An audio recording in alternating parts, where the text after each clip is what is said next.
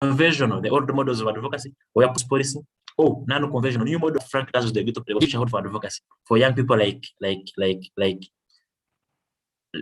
you in the meeting. What does the future hold for you young advocates? So, policy advocacy has been defined in a variety of ways. And the political landscape has a lot of various efforts and activities of organizations and individuals which are aimed at influencing government action or inaction. I said if you're influencing government action or inaction, you are doing policy advocacy. You are an advocate, not the advocate of the high court like my brother Vincent, whose language you can even hear is legalistic and too much of these legal terms, the legalism and what. So policy advocacy is the process of influencing, representing, promoting, or defending specific interests, positions, or opinions with regard to initiating, changing, or preserving specific government actions or inactions. Friends, let's get this. Influencing, representing, promoting, or defending specific interests, positions, or opinions. What do? You are initiating, bringing something new. You are changing. Something has been existing and you're trying to change it. Or you are preserving. You want to defend and promote the status quo. For instance, an example is if you're a young person and government says they want to eliminate the youth livelihood program, yet you know it has been helping young people to get jobs, to get into self-employment. So you don't want that policy to go through. So you are trying to preserve. And stop annotating, please. And stop annotating. So if in trying to defend that the youth livelihood program remains in force, you are preserving government inaction, not government act, because its action could be more detrimental than inaction. But if you say, you know what, since 2013, only 165 billion shillings has been put into youth livelihood program, young people are not benefiting a lot. Let's increase it to 200 billion shillings. You get, here, you are trying to change for the better. Or if you say, but you know what, the youth livelihood program is not benefiting, it's actually a cost on the taxpayer. Let's remove it. You are changing it to, you are trying to remove it now. So you are changing it towards less. Let's remove the entire program. Oh, you see, but you know what? Young people are unemployed. Let's have something to do for them. Let's create for them an empowerment fund. You are initiating. I don't know if you're getting more of that. So it's a process of influencing, representing, promoting, or defending specific interests. They could be for young people, they could be for children, they could be for women, they could be for civil society, they could be for a religious sect, they could be for a cultural institution, they could be for a political party, they could be for anything. Position or preserving specific government actions or inactions. That's policy advocacy. And the integral aspects of policy advocacy are, one, it has a definitive objective. You have to understand and define the issue. As you have seen from the Mentimeter answers that were coming in, for you to influence policy, you must first be able to understand it. So the definitive objective says you must understand and define the issue, understand the problem that you want to change or that you want to preserve. Identify and recognize allies, the target audience, and potential opponents and resistance. Because any change must be resisted, whether you want it or not. Even if you say, for instance, I know one time when we were younger, ActionAid used to give money by cash. You go for a conference, then you come and sign on those hard papers, hard forms. Frank, you know. Frank must be doing very, very well at that process. You sign on those forms, and we like controlling the money. We enjoy controlling it. You're having 3 million in your hands and you're giving Brian 50. We enjoyed it very much. So when the new country director came in, Mr. Xavier Joy, he said, you know what? For us, we're introducing mobile money. We shall be giving cash by mobile money. For register, we take the mobile numbers and we give money. We were up in arms. We're saying you are carrying action aid. You know, you are carrying action aid. But those of us who are crying that they were carrying action aid because a few months back we had lost about 7 million from Hotel Africana, money for transport refund. We put it in a car, me and Comrade Primus and Onesimus, and went for an evening session, the poetry night on governance. And someone came in the car and stored the bag with the laptops, everything, and 7 million. So the cash was actually bringing more problems for those who are handling it. But when they said that we are reducing mobile money, we said no, because maybe handling cash came with power and authority. Some of us were up in arms. I actually didn't attend any activity workshop for like 3 months because we felt like it was not something to do. But right now you discover actually introducing mobile money as a form of payment eases very many things. You don't have to worry about having the organization's money, which can be stolen and you get into issues. You don't have to worry about accountability issues. You don't have to worry about anything. You just get the numbers, take it to finance, and they pay. So any change is likely to be met with resistance. And if you want to initiate any change, you must first identify who are the opponents, who are the likely opponents, why are they likely to oppose the change we are bringing, and bring them on board. Don't chase them away, bring them on board. So you identify and organize targets, allies. Who's going to support my policy proposal? This MP will support it. Who will oppose it? This MP. How do we go about it? For instance, I will give you an example. When we were advocating for the ratification of the African Charter on democracy, elections, and governance, academic, most of you have heard about it. We had to identify potential opponents and allies. The allies were in opposition parties. The opponents were likely to be in NRM because the party position was not in favor of the charter. But then we knew we could get some allies within the NRM. And those are the ones we got because we felt if the motion is brought by an NRM MP, it will make more sense than if it is brought by an opposition MP. It will be looked at as an opposition agenda. I don't know if you're getting me. So you begin identifying and now forming opinions on how to make inroads into the political circle for you to set the agenda. The third aspect of policy advocacy is it should be able to encourage involvement of potential opponents and allies. If you know Frank is likely to oppose the move for us to introduce mobile money, you come and try to buy him in, like sell him the idea. You say mobile money is the best thing we can do. It will help this. So when you involve him and actually even make him to move it, those who have been opposing you will join him because I think this man has been converted. Why should we still oppose? Then the fourth integral aspect is you develop an action plan. I developed one for you in the training manual. It is a training manual that you will receive at the end of the training. An action plan. How do we have an advocacy action plan? Here you set objectives. You set how to go about it. You set a work plan.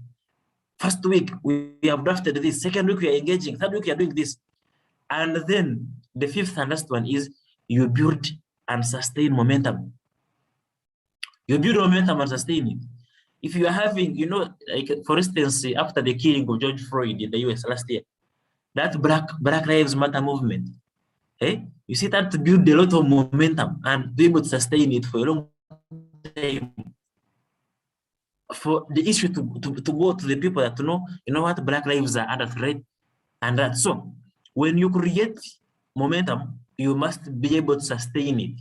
And that's why, as young people now, we must know, if, for instance, how do you create hashtags on social media? So at every time you are discussing, you're putting on the hashtag, ratify academic UG, ratify academic. You get? With time, if because government is likely to go and begin curating the information that is going through media platforms. So if they see hashtag is always active, they would even call for a discussion because you are building momentum and you're sustaining it. That is one aspect of building and sustaining momentum. So, the other integral aspects. One is you must leverage on the power of groups and organized citizens and organizations. And here you write and say, effective advocacy efforts are usually carried out by organizations, associations, or coalitions that coalesce around common interest or positions. Of course, individuals can do it, but it is not as effective as if it's done by organized individuals. Imagine today the Catholic Church came up and said, you know what? Okay, let me use the Muslims who have been calling for Islamic banking, saying because Muslims don't believe in interest rates. They say they create usury and they use the principle of St. Thomas Aquinas that the interest rates create usury and they are not hoary. So they believe if you take a loan, I had been bringing us 10K, not putting the interest rate of 10% and giving me 11K. That's the belief. So the Muslims in parliament, actually, usually they were led by the former Kawepe South MP, Latif Sebagala. They were calling for a law, a banking law, to reform banking and introduce Islamic banking. So we have Islamic banks that only, that for them will give money, loans, at no interest in the principle of Islamic banking. Now imagine the Supreme Mufti and this Mufti of Chuburi. There's the Supreme of Chuburi and then the Mufti of the one in Old Kampala. Imagine they came up together and every time we are saying, you know what, we want Islamic banking to be introduced. As an interest group, if all of them came together, I can tell you in 2 days the law will be amended. So coalitions, organized citizens and organizations are more effective if you want to influence and advocate for policy change. And they are good for building momentum as opposed to an individual. Let's talk of a coalition of NGOs coming together. The AQC platform for youth inclusion in politics, having different NGOs. When they come together, you are seeing many faces, you are seeing diversity in opinion, you are seeing unity in diversity. So and then imagine Action Aid, because like platform for youth inclusion in politics has Action Aid, has SEPA, has Westminster Foundation for Democracy, has the Parliamentary Forum on Youth, has Restless Development, has IDEA and everything. Now imagine all of them are posting it on Twitter. Have more youth included in politics. How much impact would it have, as opposed to if one person was tweeting it? Oh, talk about creating a parliamentary caucus. Uganda parliamentary caucus talking. When Uganda parliamentary caucus is talking, you are seeing that the entire people in Uganda talking. Not only an MP, not an MP speaking. When you see Lango, Lango parliamentary caucus talking, you are seeing the entire Acholi people, the Rangi people talking. Not only one MP talking.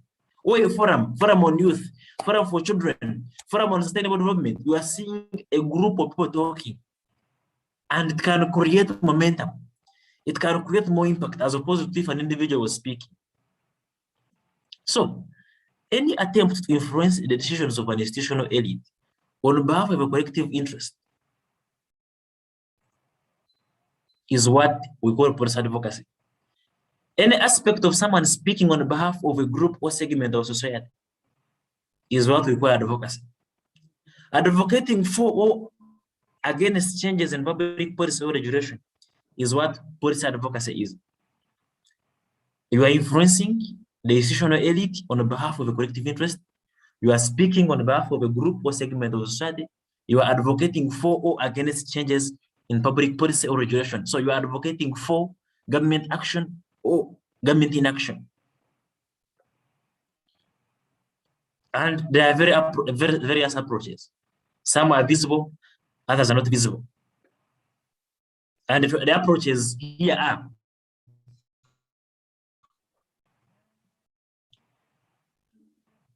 people are overcalling me, sorry. I hope my internet remains stable.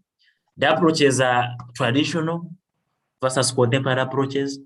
What the old people used to do. For instance, I can give an example of Action Aid. The old secretary director Arthur Aruk for him believed in you are confronting. Action Aid is a political organization. We are influencing politics, although we don't take sides. So it was this hardcore black money movement. Stop stealing money, you are on the streets.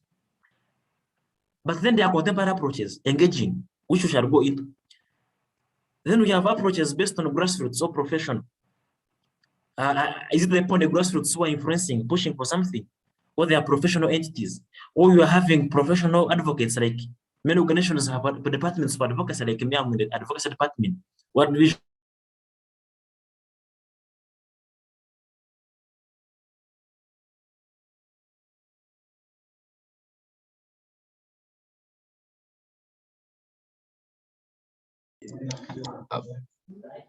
Prosper, are you there?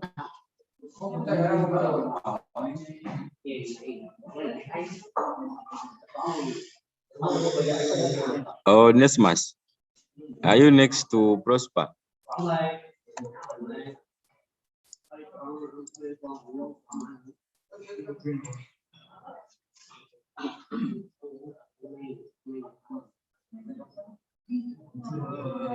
Onesimus,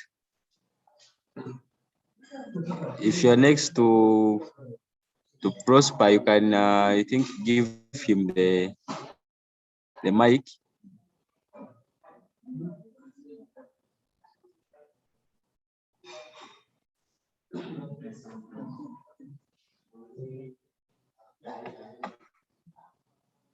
Okay, Prosper is back. Guys, I'm sorry. I will try and make up for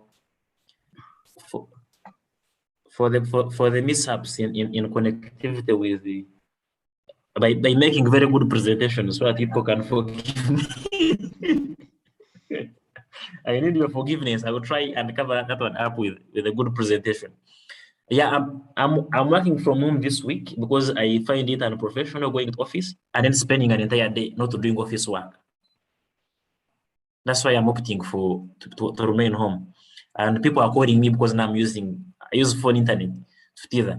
If I was in office, people calling me would be a problem. I would still be using office Wi-Fi, but I can't use office Wi-Fi and do non-office work.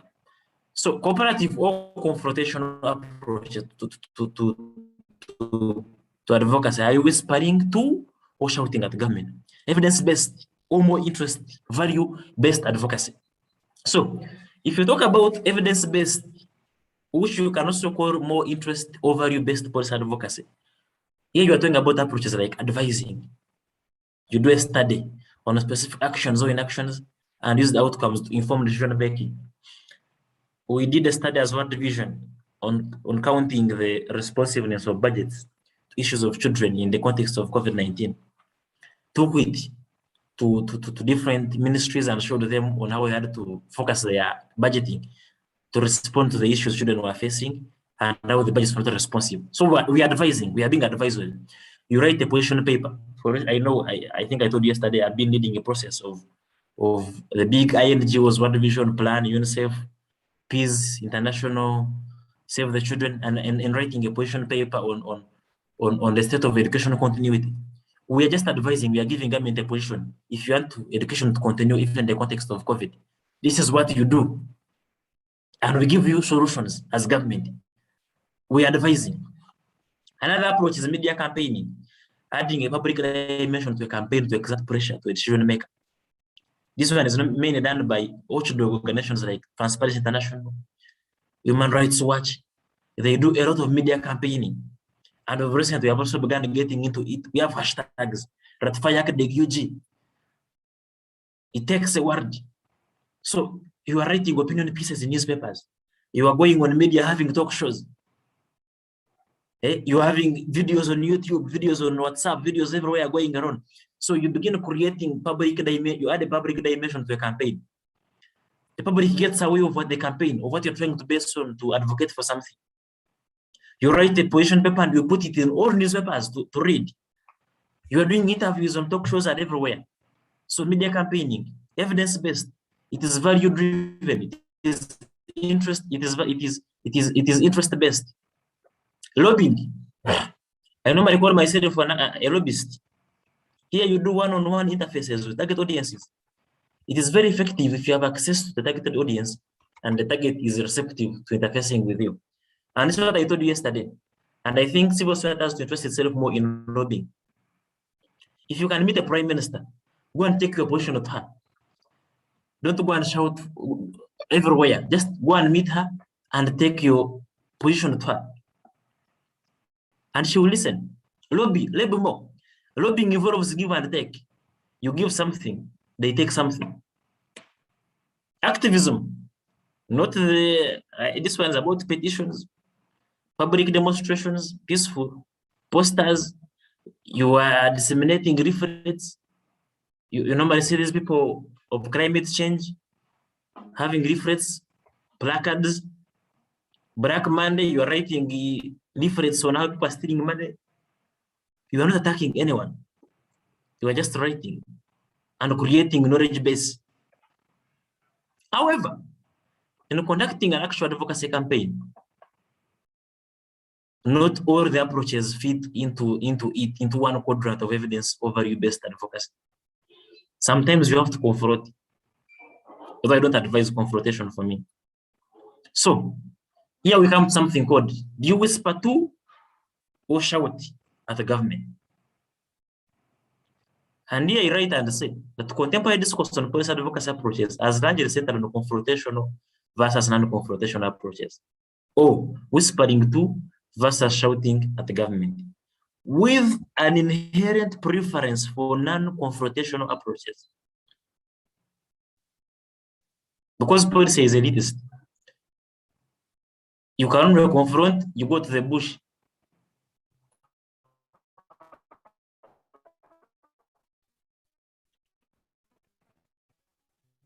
But for an elitist approach, like an elitist, you campaign. That is the better option, and you will have more. You will have results coming to you very fast if you whisper, because in whispering you are engaging.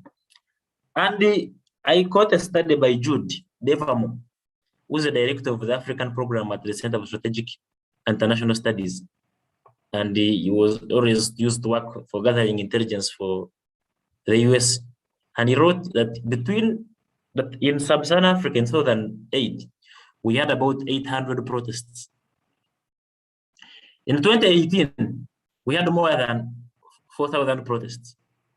And the question he asked was, has the exponential increase in incidence of confrontation yielded the desired dividends?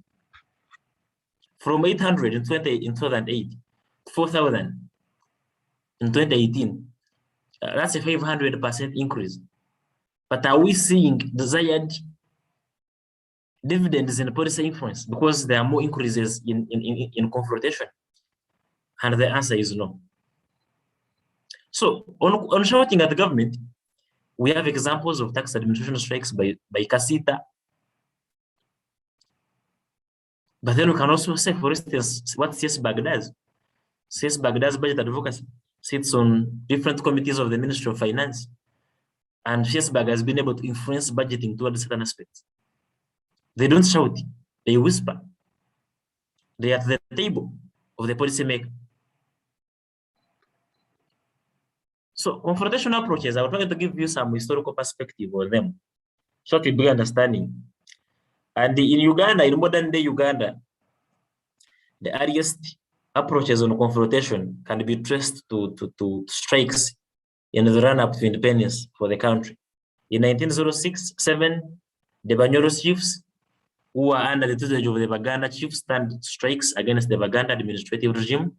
They refused to cooperate and chased the Baganda chiefs out of the villages back to the administrative center in Hoima, where Magara comes from. They confronted them. In 1945 and 1949, there were strikes masterminded by trade unions, Ignatius Musazi and the like. There have been strikes in Uganda against taxation in 1996, 2005, 2012. We know the work to work against the increases in tax in fuel in 2011, led by Kano BSJ. There has been a lot of incidences of violent political agitation. And the manifestations of confrontational approaches to policy advocacy include strikes, demonstrations, riots, sit-ins, abrasive symbolism. For instance, you saw the piglets. That's abrasive symbolism. I know Magara should have been part of the piglet demonstration by the alternative, where they took piglets to parliament. We saw recent when the coffins were thrown at Maragu against the permanent secretary of the Ministry of Health. Violent altercation. Hey, you are shouting. That's abrasive symbolism. Sit-ins, you go and say, no, we are not happy with the Ministry of Gender. Why? So you go and sit at the office of the Ministry of Gender. Riots, you all know. But then, most times there is always a cause-effect relationship between confrontation. And one of them is that it brings out the character of the state. When you are confrontational and use violence, it is always possible that violence begets violence. If you are having a bush state like ours, who came through power through the guns and use violence, they are the masters of violence. And you can't defeat the state because the state is the only entity allowed by law with the force, with the monopoly over the use of the tools of violence. Again, if you resort to confrontational approaches, there's limited space for civic engagement. And by nature, human beings are civilized. We say we are civilized. So we should be engaging civically, talking, giving alternatives, debate. The third causal variable is, with confrontational approaches, you are likely to create radical ideology. And if you want to know about, go and read about something called the Wahhabism.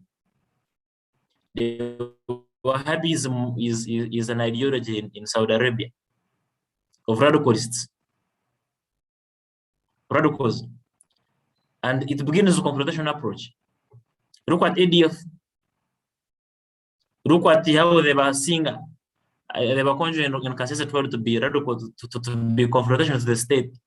And what they end up with those Churumeramitimas and whatever.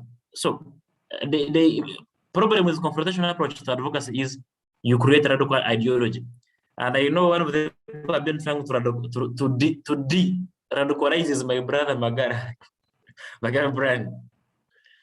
Then there is history at previous non-violent attempts have failed, and maybe they can influence confrontational approaches, but it should not be the issue.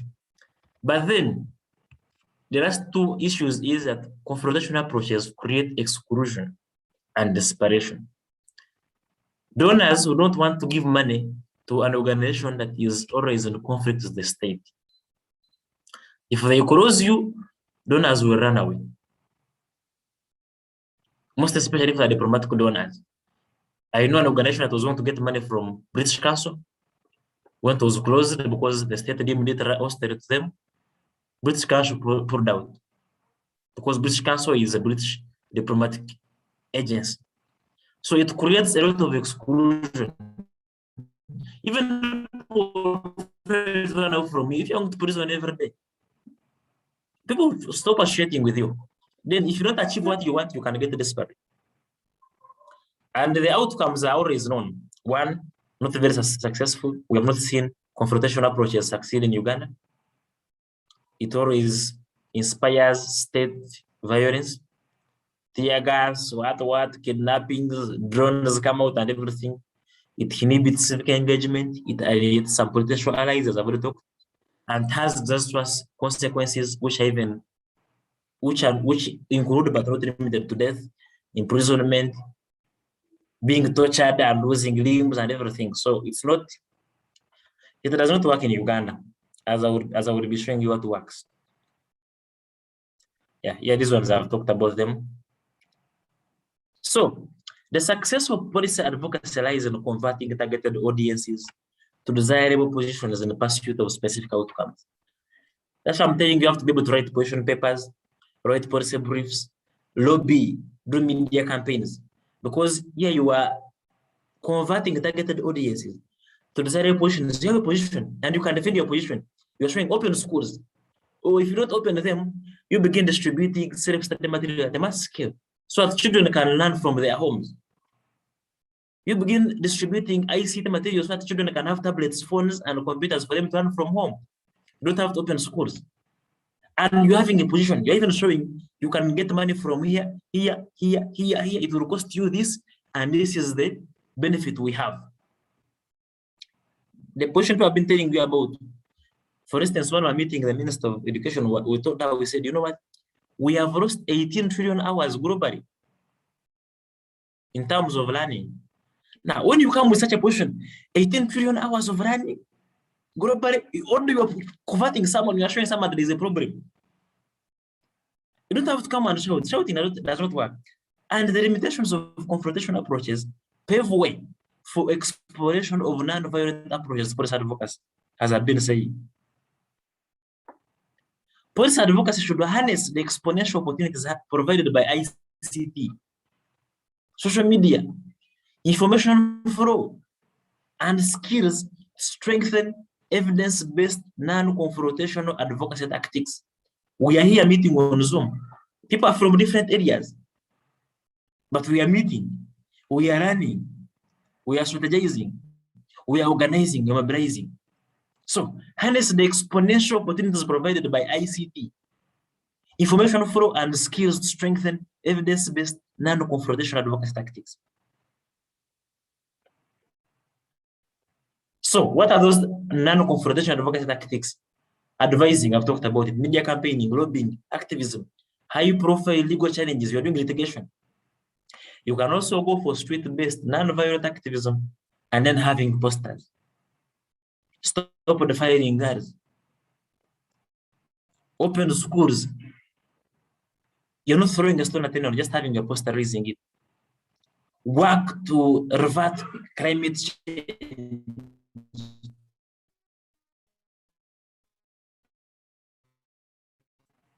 You know that girl, Vanessa Naka, doing a placard. She didn't cheat anyone. She abused no one. But right now, her Twitter handle has a blue tick. It is verified.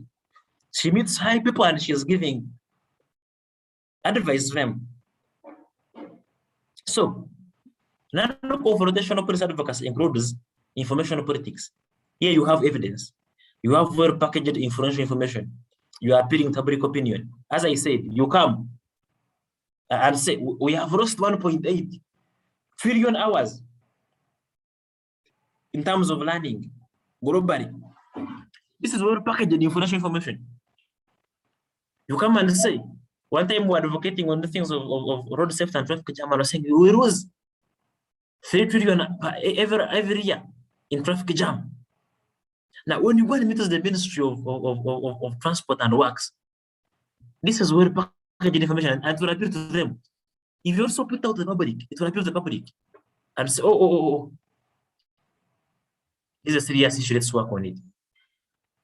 It also involves mobilization of targeted audiences around principled issues. Uganda parliamentary focus, what to do in the federal, in Songa Sema Songa. Principled issues, targeted audience. What is the targeted audience? Uganda parliamentary focus.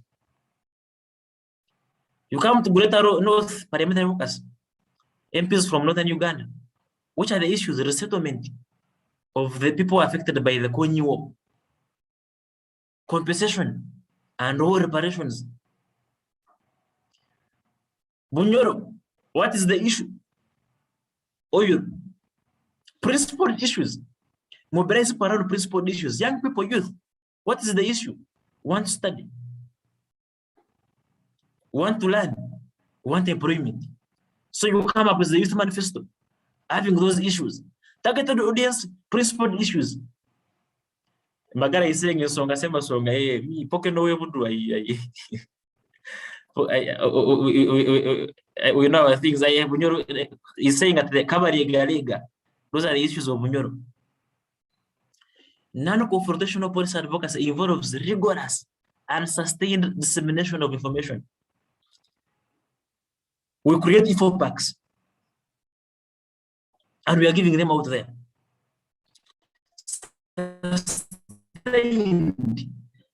Media, you are in the media, you are everywhere. Then use of moral and material leverage without coercion to pressure decision makers. Here you begin coming, for instance, you have said, removing a bail. That is a moral veranda. It will come back to you. You will be arrested maybe for 6 months. After 6 months, you're outside of parliament, they will put a by-election. So you are touching a material leverage. If you're an MP, they put on you a murder charge, they will take you to court for 6 months, you're in prison. If you spend 6 months in prison, if you're not charged by law, you're supposed to go for a by-election because the people are assumed not to be having an MP. So you are putting, so someone knows, this bail thing, I'm not passing it. What if it comes back to me? Coming with issues like, you know what, Guresi Vinjira came up with their own preventive arrest. When he fell out of Obote, he was the first one to be arrested with preventive arrest. Morally. So if you are pushing for this, it can come back to you. Look at your children in the future. You know, so you use moral and material leverage to put pressure on decision makers. You don't blackmail them. It is just a wise way of blackmailing them. It involves asserting influence at several stages of the policy process, as I told you, from problem identification to agenda setting, selection of alternatives, formulation, implementation, and even evaluation. It involves building alliances with different like-minded actors and even potential foes and enemies. It involves instigating change and attainment of desired outcomes without inhibiting tranquility. You instigate change. You are providing alternatives, policy alternatives. Instead of closing schools, no, instead of stopping education forever, let us begin providing learning materials to children in their homes. Let us introduce community learning centers. Instead of having children spend 1 year in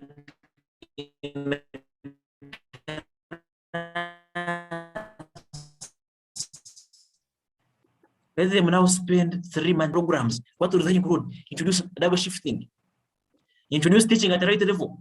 So that someone who's 7 years old does not go to P1, but goes to P3. You are providing alternatives.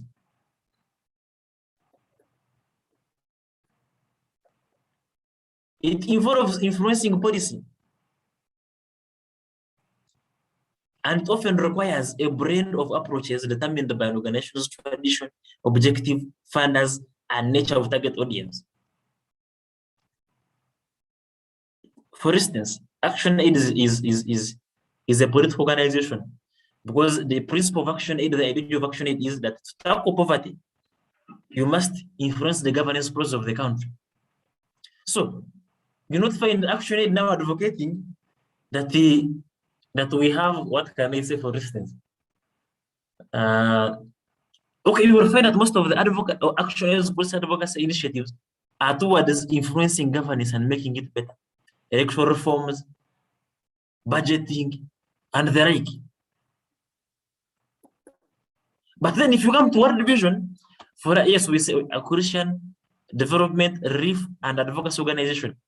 For us, we are looking at these vulnerable refugees, we are looking at children, vulnerable communities. So you'll find our things where in the children's policy, we are talking include social protection, let children learn, because that's what our tradition is and our ideology is. But then you'll find you have funders. Your funder is Osea. Osea is interested in climate change. So that brand, and of course your targeted audience, should be very, very, very, very crucial. So what does the future hold? One, there is increased regional integration and globalization. So you must know what are the global policy dynamics, what is going on, what are SDGs saying, what is Agenda 2033 saying, what is the UN Security Council saying? Because we are getting globalized and integrated on a daily basis. By internet, we are in a borderless society. Yesterday I was tweeting from Germany because I was using VPN. That's where I was tweeting from. What does the future hold? There is a growth of transnational policy advocacy. And here you run one thing called the boomerang strategy. If Uganda is against something, yes? You have a question, there is a hand. I don't know if you can attend to it. I wanted to come to them at once. Eh? Okay. Rest can hold on. Okay. She can hold it later because I may, I am in the mood. Eh? I know. So I'm saying there is a growth of transnational policy advocacy. We were in Uganda, but we're influencing Tanzania to pass DAC to ratify it. Going through the East African community, going through Action Aid Uganda, Action Aid Kenya, Action Aid Rwanda. So transnational policy agendas. In the future, we are going into Confrontational approaches may not apply due to variations in political cultures, legal regimes, and state structures.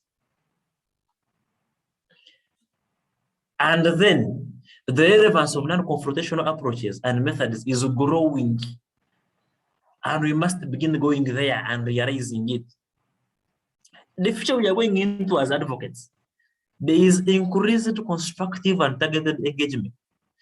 Increased collaborative and evidence-based approaches enable a comparison and evaluation of different approaches and coordination in pursuit of national interests.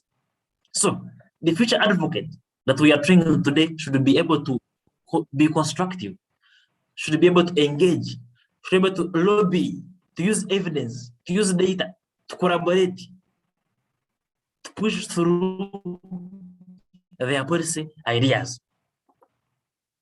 And the future we are going into, organizations are more effective in advocacy. Knowledge and information sharing is more effective.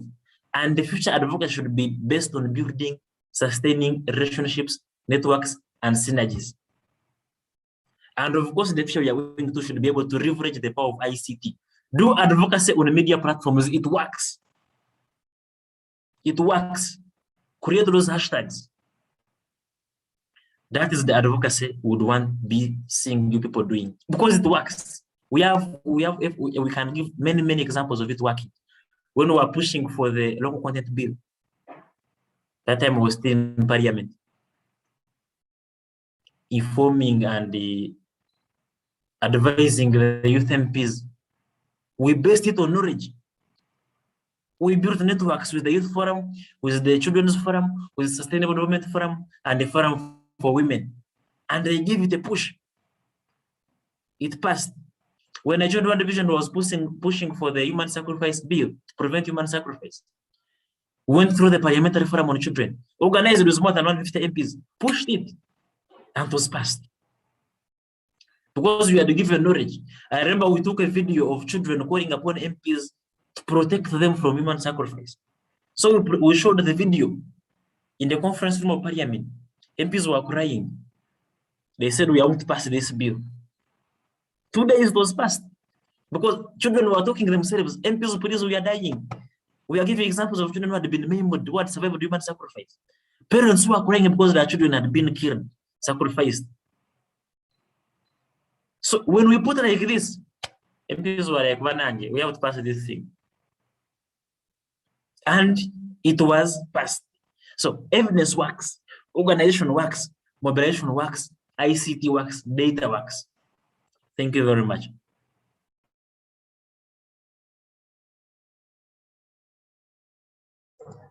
Thank you so much, Prosper. So I think, Reste, before you forget, you can ask the question. Rest, where are you? Are you still with us?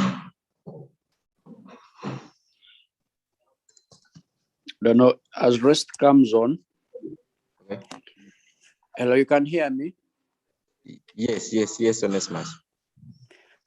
Yes, so as Rest comes on to ask a question, I want to add on what Prosper said, especially in policy advocacy. You know, advocacy plainly is just an argument, maybe in favor of a certain idea. So,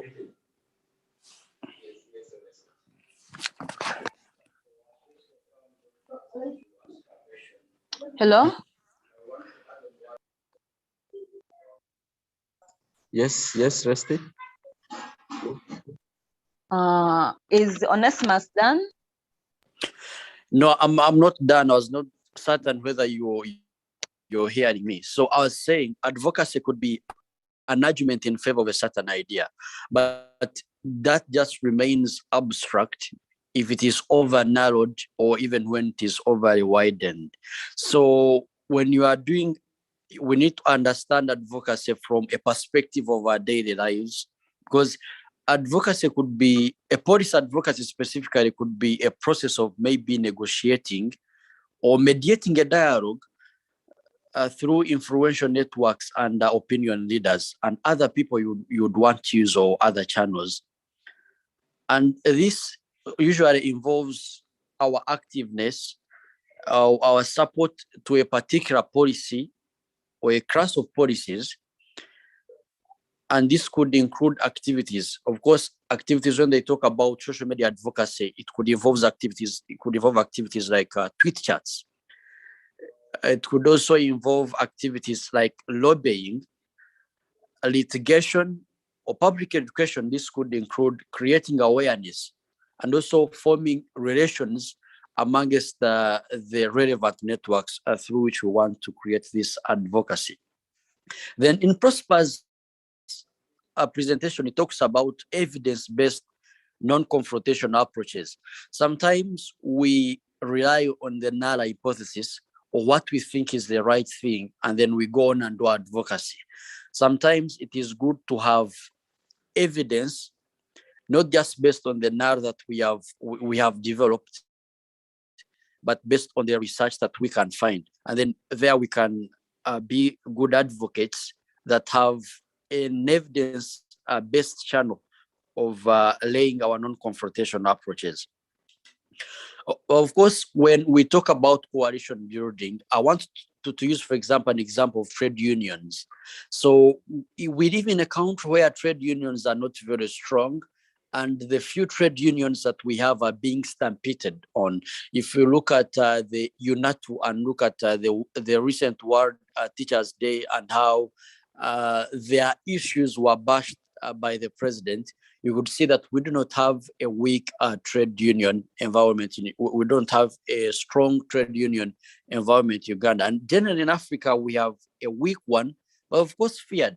But there are some countries which stand out. We can look at Zambia, we can look at Tunisia, we can look at maybe, let's take, for example, the Congress of the South African Trade Unions formed in 1985.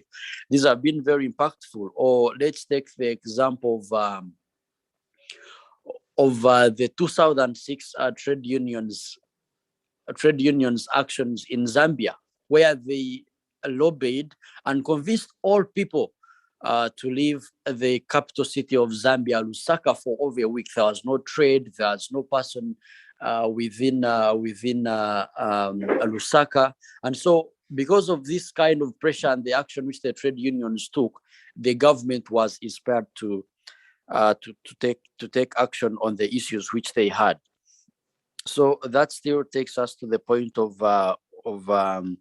coalition building. When we talk about the digital economy and the fourth industrial revolution, this gives us an idea of how the environment is changing, and also how policy advocacy has to change, and how we have to be very innovative in doing policy advocacy. And that's where social media comes in. So what are some of these tools that we can use in the media campaign? Some of them already have been mentioned. One could be the chain email or letter.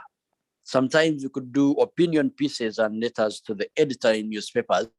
Let me say the New Vision or our own blogs, newsletters. Then we have celebrity endorsements, or we have, for example, the UN ambassadors on climate change, and then you find Angelina Jolie, you find we have the UN ambassadors on peace. So those are some of the things on which we have used upscale celebrity endorsements. And those are the things we can also use here in Uganda. If you are talking about SRHR, if you are talking about ending teenage pregnancies, then celebrity endorsements could be a very good thing. We cannot only use Shiba Karundi for entertainment.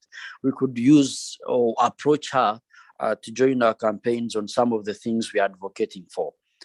Public events, web-based bulletins, or online discussions could be some of those things that we could use. Filmmakers, you have your phones in your hands.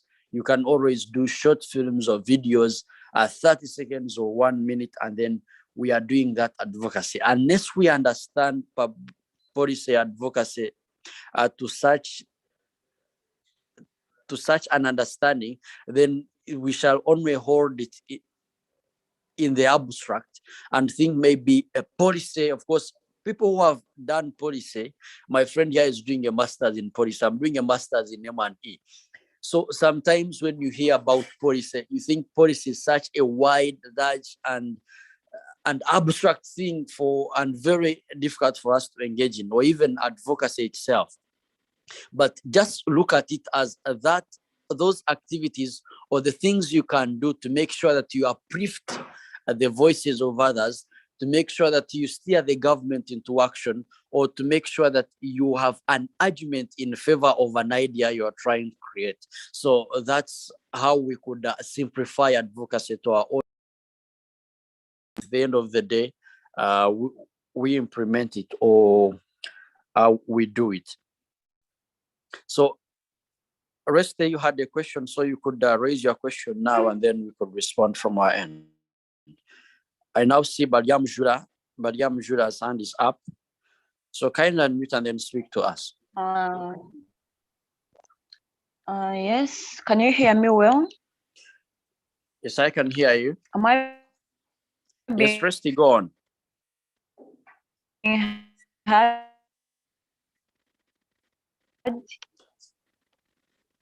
Your network. All right. So likewise, thank you so much for the adapt. I'm saying thank you so much, Prosper, for the presentation, and the honest also for the add-on. Well, today's session, I've come to appreciate sessional methods of policy advocacy, but then maybe some under the situations under which confrontational can be used, because I'm looking at this instance whereby civil societies and other individuals started the policy of having part non-taxable, and until now that process into action.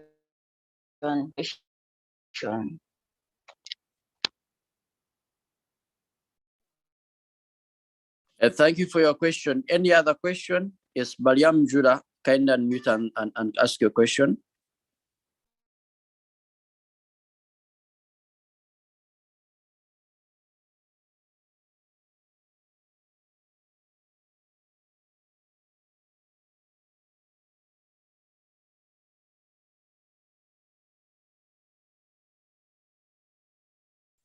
Mahad, you can unmute.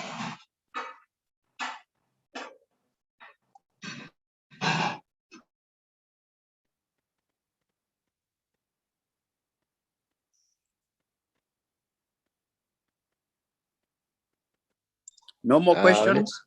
Onesmus, I think we've lost Mahad because of internet maybe. Okay. Yeah. So getting back to Reste's question on when can confrontational approaches in advocacy be used, the best advice I can give at this point is they can be avoided. So before you think about using confrontational approaches, look at how or whether they can be avoided. Because first of all, we need to ask ourselves, does advocacy always involve confrontation? Of course, advocacy can be confrontational, but of course, conflict is usually a bad place for us to start on. So before we think about conflict or confrontation, we need to first think about how non-confrontational can we be in the approach we are going to have. Because that takes into us being good advocates, and first of all, knowing that we must think very hard about any confrontation that is going to be necessary.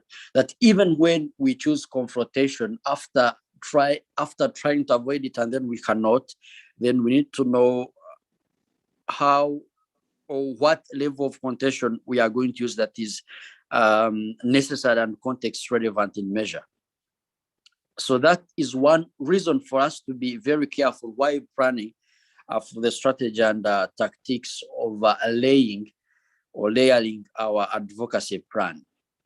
Yeah, so that's how I can respond to it. So first, always avoid conflict, and then do non-confrontational. Even if you are to be confrontational, know the measure to which you have to be confrontational. But confrontational approaches are not good for the start. They are bad for the start. We cannot start on war when we have an option of peace talks. We cannot start on a tribal fight when we had an option still of peace talks or making sure that we change mindsets of our children. We cannot support a Lebanese-Israel war when we can make sure that when we have other ways of making sure that these two ends, their philosophies are compatible, and that's the point where we can have peace. Yeah. There is a question from Susan. Susan, you can unmute. Yes, I thank you so much for today's session, and I love it that I've learned a lot out of it. But my biggest question is, like at the moment, what is taking place is, like I'm saying that, like at the moment, the biggest challenge I'm seeing in this lockdown is the high rate of teenage pregnancy. And maybe I might have missed out some information earlier, but I would like you to help me as in, if at all any policy is to be introduced at the moment as far as the high rates of teenage pregnancy is concerned, will it be only by the government or sometimes the general public, as in the society too, must come in order for the policy to be successful?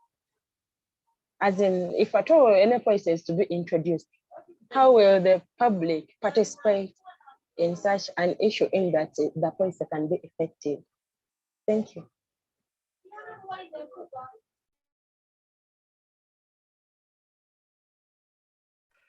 Thank you, Susan. Could we have another question? We have taken note of that. Yeah, Dickens. Yes, Dickens. Thank you so much, Prosper and Onesimus, for this wonderful time we are having. So my simple question is, how do I choose the approach that I'm going to be using? Is it dependent on the policy that I need to push for? That's question one. And then the second one is, how do I know the approach I'm using is really working or it's not working? Thank you. Thank you, Dickens, for the question. Annette.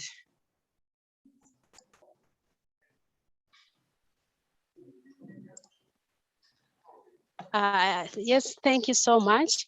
My question is, there is in your presentation, Prosper, where you mentioned that before influencing some policies, you must be back up with the data, you have evidence and information on certain issues that you are influencing. For months ago, there is a government here passed out a law, I don't know if it is a law or a bill, of right information. And sometimes when we are influencing these policies, we look at some office bearers or some offices to avail us with certain information. And what if you go to this office, somebody says, yes, of course you have the right information, but also I have a right not to give you that information. Often we find challenges whereby these people who are supposed to implement these policies, they are the ones tying the progress or tying the process of implementing these policies. Now, what if I'm not able to access certain information, but I have the evidence, maybe examples, maybe from the small community, this is happening.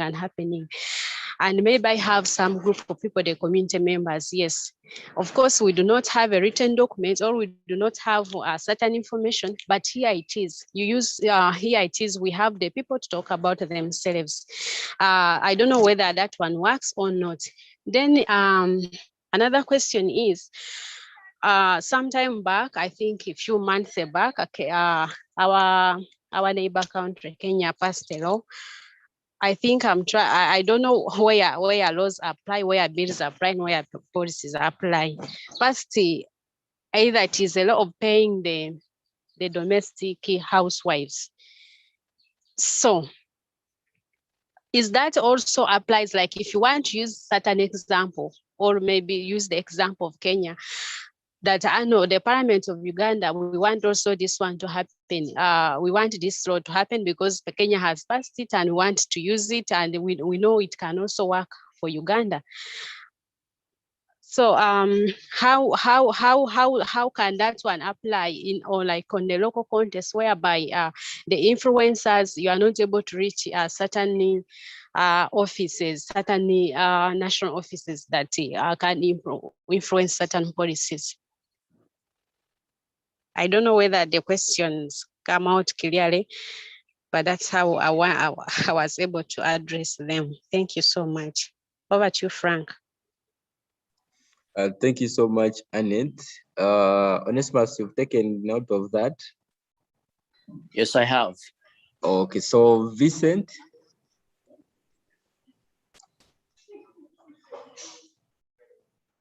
Vincent, you can come in. Yes, Frank. Can you hear me? Yes. Thank you so much. I'd like to thank the two lead facilitators, yes, Prosper and Onesimus, for these elaborate discussions. Yes, my name, I'm called Vincent Caesar from Alberta in Graben, and I work for Bacha as the project coordinator. That's Bagon Community Association. Now, for me, I just want to first respond to that question. My sister, Annette from Masini,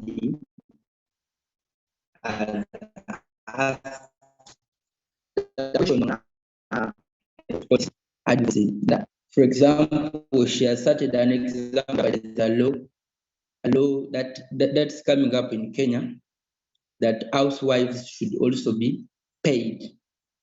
So in that regard, Kenya being one of the common law countries, like from a legal perspective, this precedent in Kenya can be persuasive to the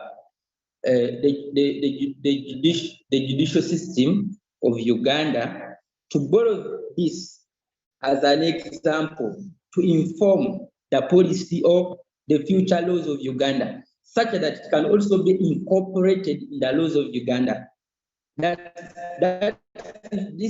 that is the position in Kenya, that housewives should also be paid for their indirect services at home. But unless there is a bill or there's an act of parliament that had been enacted in respect to this law, like the one in Kenya, this law remains applicable in Kenya and it cannot be applicable in Uganda. But if someone wants this to also be applicable in Uganda, this can inform someone's opinion when he or she is pushing this law to be also embedded in the legal framework of Uganda. So this precedent becomes persuasive to also enact such a law or a policy in that respect. But as the status quo, as for now, this law remains applicable in what? In Kenya, but it cannot be applicable in Uganda. But Uganda's judicial system can also borrow it as an what? As an example. Then back to the just making a supplement on what the previous speaker, lead facilitators have deliberated on.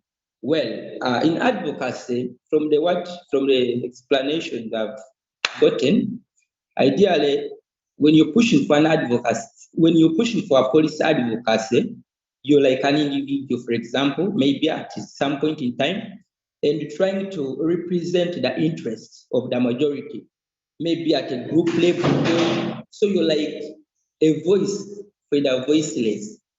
And in most times, when we are pushing for policy advocacy, there must be an issue, touching issue in what? In the community that calls for urgency. You get? So there's an issue in community that calls for an urgency that you want government all the relevant stakeholders to come up and what? And address. This can be through lobbying, collaborating with all stakeholders to ensure that that community concern is addressed. Understand? In that the interests of the persons are given priority.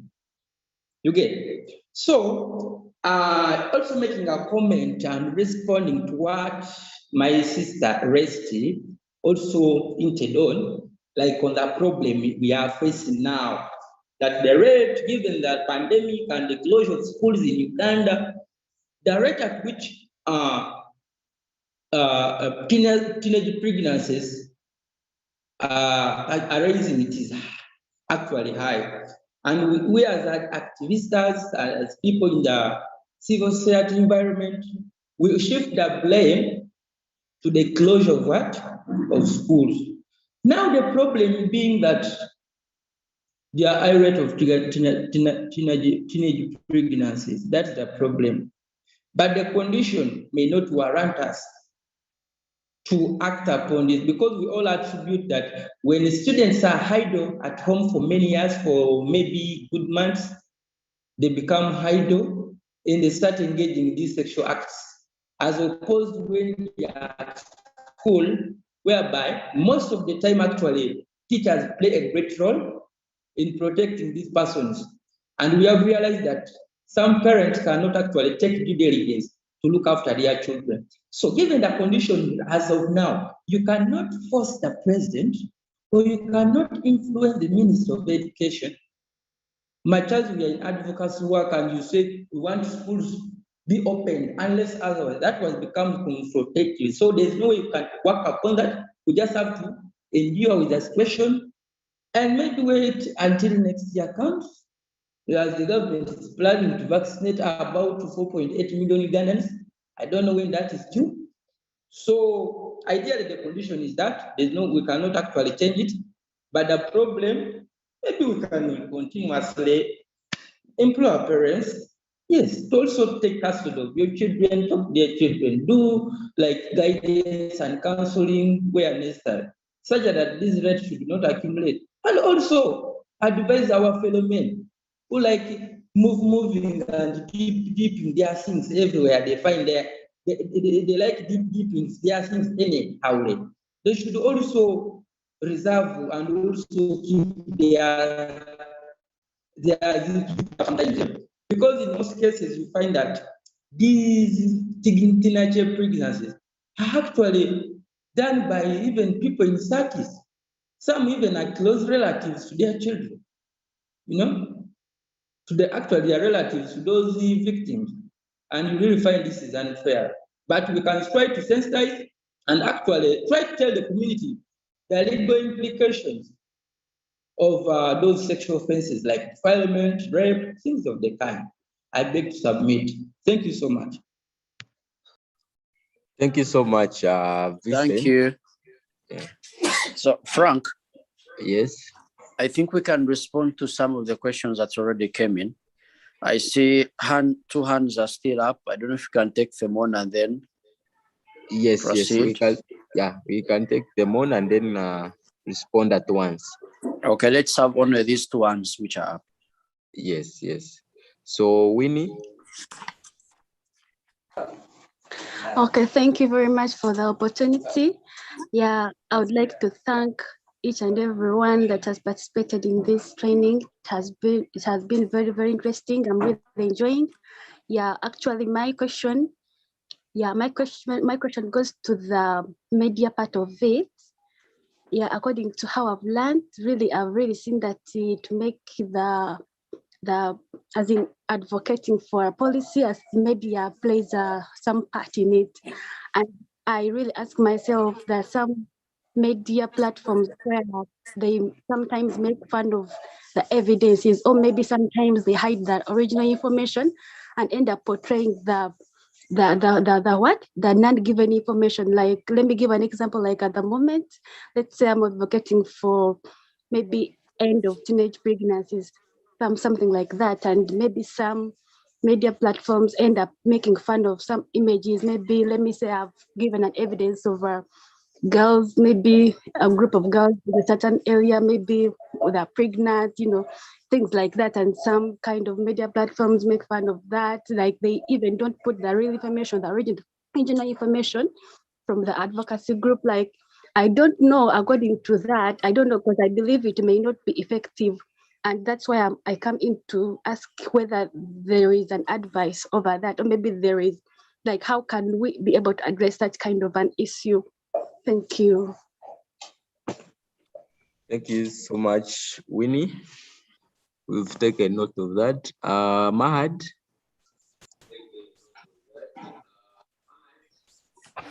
Thank you very much, Frank. And thank you, Mr. Prosper and Onesmus. My question goes to Prosper. You talked about understanding and giving attention to the global to the global trends, especially what are the key policies, or what are the key issues that are being fronted by the UN, what are the key issues that are being fronted maybe by the European Union, or according to what society globally is trying to influence for the better. Let's speak of climate change, let's speak of different issues concerning governance and whatsoever. Now, my biggest issue comes here. Sometimes we realize that the world may be focused on a different thing, and maybe it does not well speak of what we believe in. Let me give you an example. I'm not a believer in feminism, not to the least of extents, but I see the whole world is marching towards feminism. And for me, my thoughts are feminism has affected more of the boy child than it is uplifting the girl child. I think so many boys are victims of feminism, and not this justified feminism, the extremism feminism.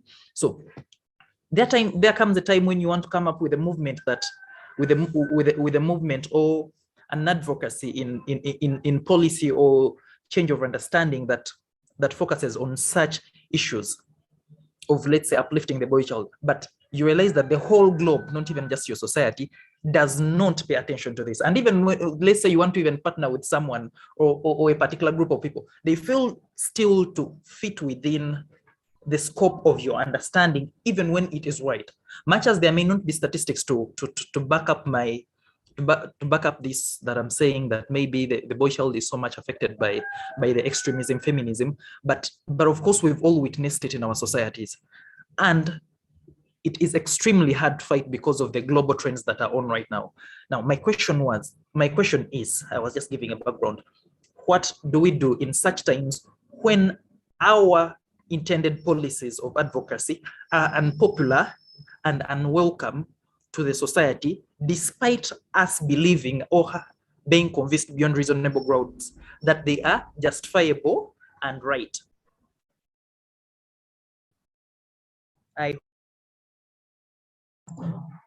Okay, thank you so much, Mahad. Onesmus and Prosper, you can take on now. Yeah, thank you. Thank you a lot for the questions, and thank you, Onesmus, for feeding in. I am happy with the questions and the participation, and also feel free to also supplement what we speak. This is not a chat, that you cannot feel free, because it's the brother Mahad asks a very good example. Unpopular policies, but when they are right. One time when I was a head boy, I was a dictator. My head boy days, I was a senior dictator, and I used to tell people that something is right even if everyone says it is wrong, and something is wrong even if everyone says it is right. As long as it is wrong, it can't make it right because everyone has said it is right. Now, and that's the same question that has been asked by it was asked by Okel, that can the evidence alone persuade policymakers to act? Now, if you feel, because yes, I agree with you, by the way, Mahad. When you talk about leaving behind the bush and actually even being a victim of that project, I in many ways agree with you. So it is about coming up with the evidence, and I think it comes in line with the same question asked by Angela, if I remember. that if you feel something is happening, for instance, you know, children are getting pregnant, but it's not written. You have asked for information from maybe, let's say, CDO, and the CDO has refused, but yet we know we have the Access to Information Act 2005. Yes, if they don't give you that information, but because there is what we call an official data. That is data that you don't get from UBOS, which is the official statistical body for the country. And even UBOS recognizes an official data. For instance, we give them, as one division, we give them that information we collect from communities, households, and sub-counties, and they take it up. So you generate your information. You know, for me, I've gone to this. In this village, 10 girls are pregnant. Village 2, 20 girls are pregnant. Village this want something to do with this. And you put it into writing, because policy arguments are better. I'm taking you through policy arguments later in the day. Policy arguments are better if they are written down, because once it's written down, someone can reference and compare it. So make your comparing argument, even if it's unpopular. Make it comparing as it is, and put it outside there. I'm sure you'll get allies for it. And of course, as I took yesterday, some policy issues are considered, some are never considered. Some policy issues find themselves on the political table, some not find themselves there. But try it, make your comparing argument, you have your evidence, you have your data, you have your research. Show it to them in their faces. They will take it up. And the same thing addresses my sister Anja on not having information. Put it into writing. Put the information into writing and go and meet the policy maker. I think I can leave the other questions to Onesimus. Thank you, Prosper. So I want to start with the question on evidence and data. So evidence and data or information are very important when we are doing advocacy. Of course, first of all, look at your natural sense of curiosity for investigating mysteries. Maybe what do you draw towards a certain situation when you hear about it? How do you contemplate about it? Do you just think about it, or you want to be supported by certain live examples of what happened or what has been documented about what happened before? So there are different types of evidence that we can always use. Evidence is not about you going to approach a certain office and then what they tell you or give you to read is what contains the evidence, or that's what the evidence is. So we have things like direct evidence. We have things like circumstantial evidence, physical evidence. We have forensic evidence, different types of evidence. As long as what you have to carry your advocacy campaign is something like an evidence or something what happened, or it could be an example of a teenage pregnancy or a marriage. So you do not have to approach a certain office for you to get evidence of a certain about a certain thing. So here it gets back to how you present your evidence. Is it a pictorial presentation of your evidence, or is it something written somewhere? So in every way, evidence will always be very important in doing a policy advocacy campaign. Then I want to go to Dickens. So how do I choose the appropriate approach to use? Or how do I know that my approach, the approach I'm using, is working or not? So I want to take you back to the basics of maybe getting an advocacy campaign off the ground, and that will help us understand how do we choose an advocacy approach. Let me use this example. Let's say you join a group that maybe is helping build houses for the poor. Of course, that's wonderful, but it is not an advocacy, is it? It is just a service. Then you organize and agitate to get a proportion of apartments in a new development designated as low to moderate income housing. That's advocacy. You are now shifting from service now to advocacy. Then you spend your Saturday helping sort out goods at the recycling center. That's not advocacy, it is a service. Then after that, you hear that land used for recycling center is going to be closed down, and you band together with many others to get the city to preserve this site or find you a new one. Some of you even think about breaking the bulldozers if necessary. Now that's advocacy. So how do you make sure that your advocacy, this that you are choosing over a service or beyond a service, to be effective? First of all, you need to know the rightness of the cause. Then what's the power of the advocates? There could be more of them in much better than less. Then the thoroughness with which the advocates research the issues, the opposition, or the climate of the opinion about the issue in the community. These are things that will help you choose the approach you are going to use. Then what's their skill in using the advocacy tools available? Or what advocacy tools can match the skills of the advocates that we have? Is it the media? Then above all, here you start to select the effective strategies and tactics to use. So sometimes advocacy can be very glamorous. I want you to paint a picture in your head of a David versus Goliath image, and then manning the barricades, you're making waves, but the decision to put major resources into advocacy is not one to be taken lightly. And that also involves the choice of the tools that we are going to use. So what's the best timing for an advocacy campaign? Because, for example, if I'm going to do advocacy campaign on elections, and I do it in 2022 versus someone who does it in 2025 towards the 2016 general elections, I think our approaches have to be different, because the 2025 really shows the real environment under which the 2026 general elections are going to happen. But the 2022 is just a predicative approaches. So how do you choose the best time to start planning for these approaches or the advocacy you are going to do?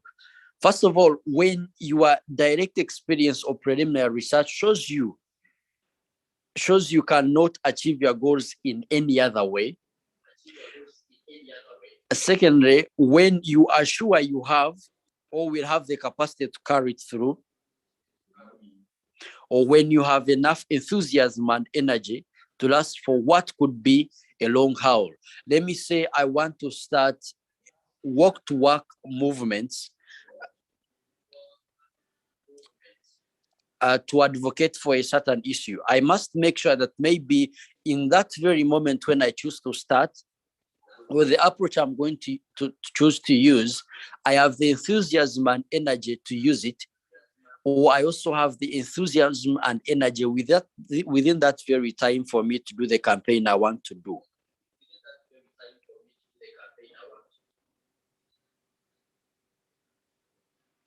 So those are some of the things that go into the choice of the advocacy that we want to use. Of course, also depending on the type of advocacy we want to do. Is it a self-advocacy? Is it a group advocacy? Is it a non-instructed advocacy? Or is it a professional or citizen advocacy? Is it on a political or on a social issue? Then we choose what kind of advocacy tool or approach to use. Then the other question is how do we involve the public? Or how does, for example, Susan gives an example of the government during the COVID-19 times and how they could have involved the public in drafting some of the policies that they used to combat the COVID-19 and make sure that we are all safe. Has any one of you ever felt involved in an advocacy campaign? If you have ever been, just unmute and tell us, how was that done? And in what position were you? Were you in government, or were you just in civil society, or were you a standalone individual? In what position were you? Maybe that will give us a light on how the public is or can be engaged in advocacy or policy formulation. Someone unmute and tell us.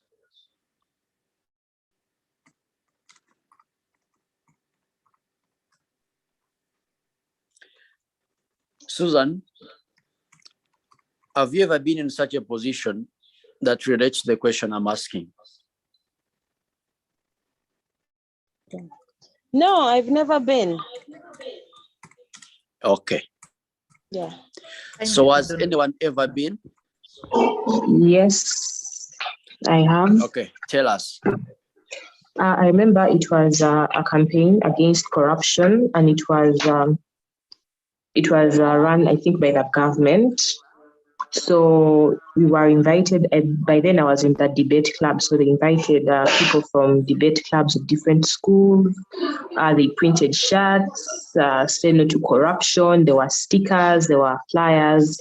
So we were marching around town from Parliamentary Avenue, moving to the places around, putting banners, say no to corruption, putting stickers on people's cars, telling them to say no to corruption. Yeah.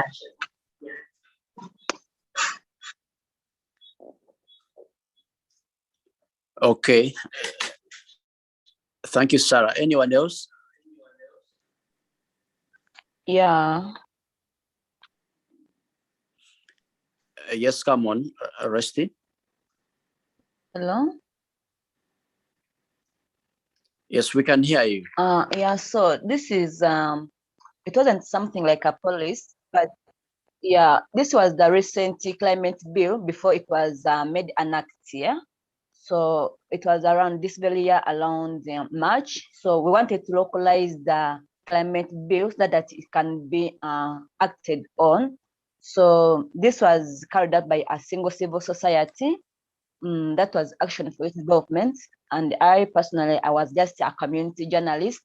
But this is how we did it. Our main aim was to localize that bill so that people can get to know it and maybe give in their opinions. So we involved local leaders, LOCs, we used social media platforms, we used radios and televisions, and holding discussions in relation to climate and other aspects, like you say, gender equality and stuff like that. And media campaigns using hashtags. And I believe in all this, we managed to gather a number of people to join in the campaign for acting on the climate change bill. Thank you. Thank you. So we want to look at how to make sure that the public is involved in policy formulation. Let me use the word participatory. First of all, let me use a simple example. You want to know what happens in a certain region, given the project that you are implementing in that very region. Let me say I'm implementing a project to reduce the number or the percentage of teenage pregnancies. And then for me to know what is actually happening in that very region, I go and then start doing focus group discussions with the very people, or doing transit walks with the people living in that region and who are the beneficiaries of that very project. Then I am doing, first of all, a participatory monitoring and evaluation to evaluate and see what isn't working and what is working given the project I'm implementing in that very region. So that's participatory. So let's look at participatory policy making, for example. First of all, it could have different levels. We could have contribution, voluntary or other forms of input to predetermined programs and projects. Then we have information sharing with these stakeholders, let me say LOC stakeholders, where these stakeholders are informed about their rights, responsibilities, and the different options that this policy or intervention has. Then after that, we have consultation. Now, after giving these stakeholders the information, then we need to interact with these stakeholders and give them the opportunity to provide feedback. So this may involve expression of suggestions and concerns about the policy or the intervention we are taking to a certain region or to their LC. So, however, analysis and decisions are usually made by outsiders, and stakeholders have no assurance that their input will be used. But it is always proper that even at the back of the mind of these stakeholders, when they are providing their feedbacks and they are giving their suggestions, they are assured that a certain level of listening is being applied and that there is likely to be a change, if appropriate, to the policy roadmap that had been made previously before they were consulted. And that gives them the energy to even give more suggestions or opinions and concerns about a certain policy. So what do you do after doing this consultation? Then you cooperate and do consensus building. Let me say the stakeholders negotiate positions and maybe help determine priorities of this policy or intervention. Then there we are having them being involved and also participating in this policy making process. Then after consensus building, now there is that tedious project of decision making. And this is where most of the times the outsiders always kick out the stakeholders who could be we the citizens or beneficiaries of a certain policy or intervention. So stakeholders, we must always remember that they will still have a role in making decisions on policy, project design, and implementation. And that is if we are using participatory approaches or the approaches to involve the general public in the making of a policy if it is being spearheaded by the government. Now, after decision making that is participatory of both the beneficiaries and maybe, let me call it the implementing company organization, then we look at partnership. We have already built our consensus. We have now reached the level of decision making. Then we need partnership between these stakeholders and whoever is bringing this policy. Of course, now these stakeholders, of course, I also want to bring now these beneficiaries into the docket of stakeholders. Work together as equals towards mutual goals, that no decision will be taken in their absence, or you not want to classify what they can decide on and what they cannot. Of course, it takes really great understanding for some of us who may think that maybe beneficiaries, what do they need if they already got the intervention in place? But we also need to take that into consideration that they must feel as equals when we are doing this policy or project design and implementation. Then the last step in involving the public in policy making or formulation or advocacy campaign, whatever, is what they call empowerment. Now, all the above steps that I already gave are a process to empowerment. And at the end of the day, if empowerment doesn't take place, we just made a very good foundation and entered the house without a roof. We're just protecting ourselves from aerial predators and rain, but still rains on us. So empowerment is very important in making sure that we involve people in policy making or advocacy campaigns. So when we are empowering, we are transferring control over decision making and resources to stakeholders. This is what we call a double democracy, the benevolent democracy, not just malevolent democracies. It is that good democracy on the two faces, that beyond letting people speak out, they also have control over decision-making and resources. And they do not empower themselves. They're empowered by who has these two things initially. That's the decision-making and the resources. And who has the will to transfer them to the public. What was the other question, Shwari? How do I know my approach is working or isn't? I already answered that, but I want to get back to it. There is what we call monitoring and evaluation. Let me say I want to use a confrontational approach.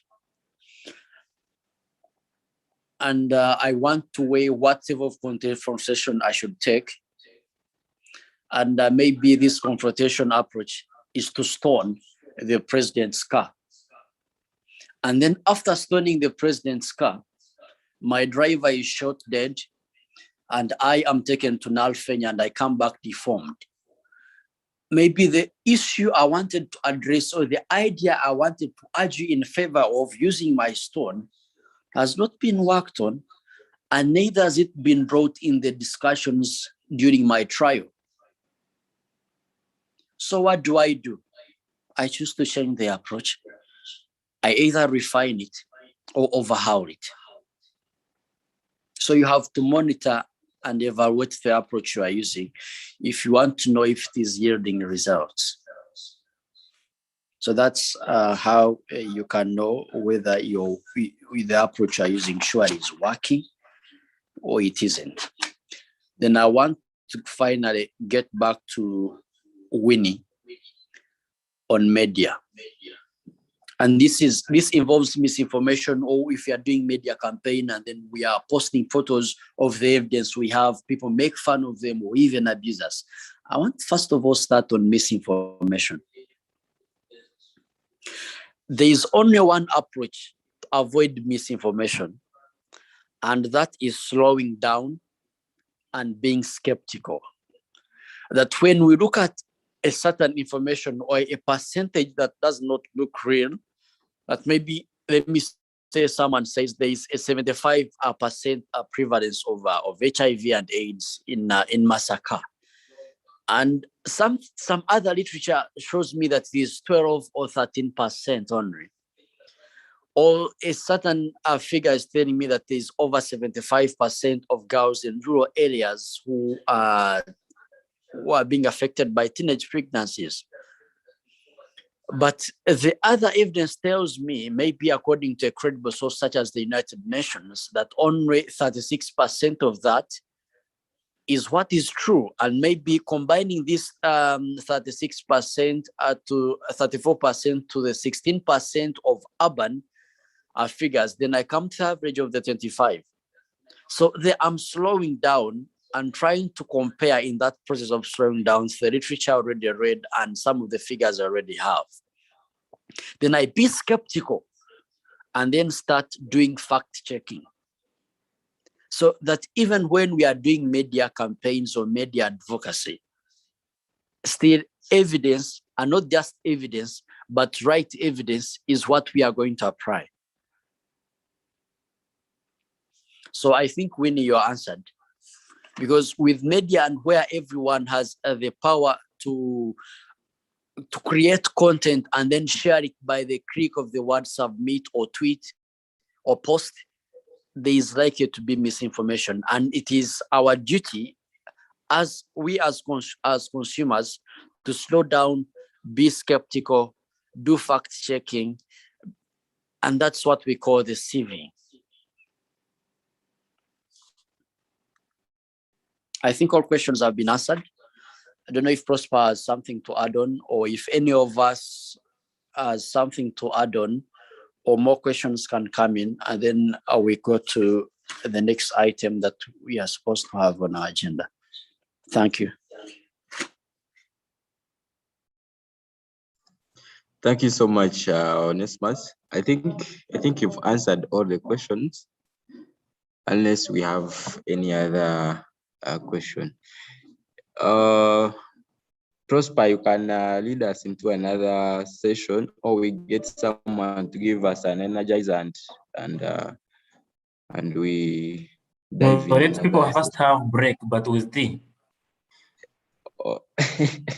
Yeah, we have been here Okay, since so 8:30, the break of how much time? 20 minutes. Okay, 20 minutes. Okay, so we have 20 minutes from now. That means it is 4 to 11. So we are coming back here at 11:15. Is that right? 11:16. If 11:16. we will come back at 17 minutes. Okay. So, and the time we start counting now. It's So fair. okay, so let's stretch. For the 20 minutes. Frank, I hope he's coming around. I hope what?